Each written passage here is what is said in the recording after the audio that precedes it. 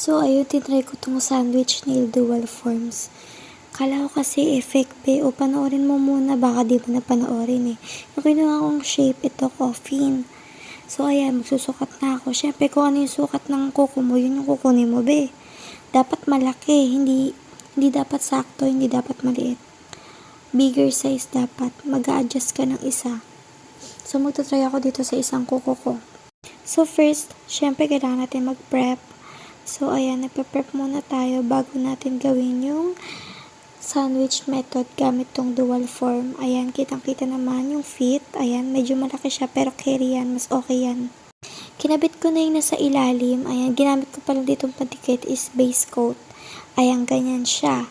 Tapos, sa ibabaw, ganyan. Pero ayan, hindi ko na na-video. Napangitan ako, be. Tingnan nyo naman, ang hirap. Nung dinidiin ko na nasa taas, natanggal yung ilalim, be, kaya ganyan. So, pahirapan yung pag-file ko niyan, be. Inayos ko yan. Pero naremedyohan ko yan. So, ito, tuturuan ko kayo ng method na ginagawa ko. Nakita nyo yan? Ganyan yung effect niya, diba? Pero ito, tignan nyo, walang something sa ilalim. And i-smooth mo lang yung ilalim bago mo siya i-fully cure. Normal lang. As dual form, be. Ang ganda. Ang ganda nitong dual form na to, be. Di ko ginamit yung something sa ilalim. And ang ganda-ganda niya, be. Perfect ang shape. Perfect yung fit. Perfect, be. Ganda. Napahaba yung gawa ko dito pero babawasan ko yan.